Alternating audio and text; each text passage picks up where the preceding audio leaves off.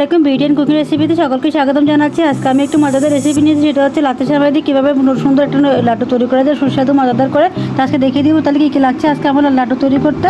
তাহলে আমি একটি প্যান বসিয়ে দিচ্ছি, এখানে দিয়ে দিচ্ছি 2 চামচের মতো ঘি দিয়ে দিচ্ছি। এখানে আমি দিয়ে দিলাম 2 চামচের মতো ঘি।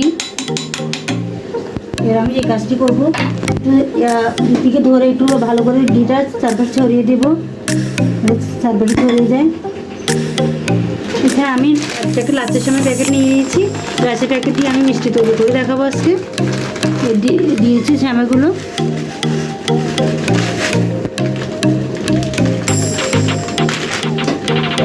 ভালো করে ঘির সাথে সেমাইটা মিশিয়ে নেব।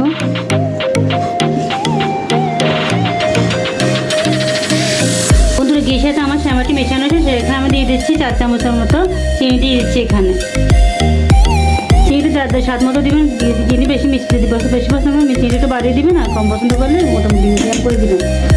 ভালো করে আমি মিশিয়ে নিচ্ছি, চিনি শিরগুলো ভালো করে চামচের সাথে মিশিয়ে নিলাম। শুকনো দুধ পাউডার দিয়ে দিচ্ছি, এখানে 3 চামচের মতো দুধ পাউডার দিয়ে দিচ্ছি। বন্ধুরা, এবার আমি এখানে নিয়ে নিয়েছি কিছু 8-10টার মধ্যে কিশমিশ কুচি করে নিয়ে নিয়েছি, আর নিয়েছি 4টা কাঠবাদাম দিয়ে দিচ্ছি এখানের মধ্যে। এবার দিয়ে দেবো আমি এখানে 1 কাপের মতো লিকুইড দুধ নিয়ে নিয়েছি, জাল করে নিয়েছি। দিয়ে দিচ্ছি লিকুইড দুধটা দিয়ে দিয়েছি। ভালো করে মিশিয়ে আমি একটা সফট ডো তৈরি করে নিব মিষ্টি তৈরি করার জন্য। তৈরি হয়ে গেছে, এবার আমি ঠান্ডা করে একটু থালা ঢেলে নিব। ঠান্ডা করে ফিরে আসছি। এখানে 8 চামচের মতো এলাচ গুঁড়ো, তারপরে ছড়িয়ে দিচ্ছি এলাচ গুঁড়োগুলো। এটা আমি ভালো করে এটা মতে নিচ্ছি। এলাচ গুঁড়ো দিয়ে দেওয়া শেষ, আমি ভালো করে এটা মতে নিচ্ছি, চারপাশে মিশিয়ে দিচ্ছি এলাচ গুঁড়োগুলো। এবার গরম থাকা অবস্থায় মতে নিতে হবে, ঠান্ডা হয়ে গেলে এটি আর জোড়া লাগানো যাবে না। বন্ধু, এটা আবার মতে নেওয়া শেষ। এবার আমি এটা একটা লাড্ডু শেপ দিয়ে নেব। বন্ধু, এভাবে হাতের মুঠো করে একটু নিয়ে নিয়েছি, নিয়ে আমি একটু লাড্ডু শেপ দিয়ে দিচ্ছি।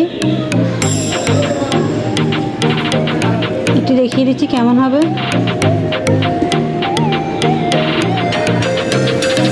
দেখুন বন্ধুরা, লাড্ডু শেপটা দিয়ে দিয়েছি, দুটো প্লেটে রেখে দিচ্ছি। আমি আরেকটু দেখিয়ে দিচ্ছি।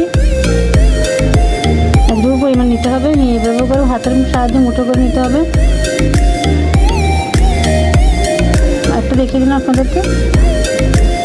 এভাবে সবকটি মিষ্টি আমি তৈরি করে নিচ্ছি। আমার 1 প্যাকেট সেমাই দিয়ে কটা লাড্ডু হয়েছে। এবার আমি এখানে দুধ পাউডার দিয়ে মিশিয়ে নিচ্ছি। একটু প্লেট নিয়েছি, প্লেটের মধ্যে আমি 4 চামচ দুধ পাউডার নিয়ে নিচ্ছি।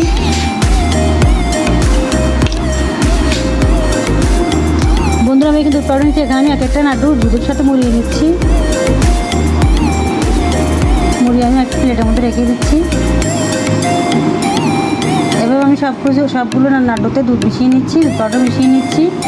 মিশিয়ে তৈরি হয়ে গেলো আজকে আমার মজাদার লাচ্ছা সেমাইয়ের লাড্ডু তৈরি হয়ে গেছে। সামনে কোরবানি ঈদ আসতেছে, আপনারা এই মিষ্টিটি তৈরি করে নর্মাল ফ্রিজে 1 সপ্তাহের মতো রাখতে পারবেন।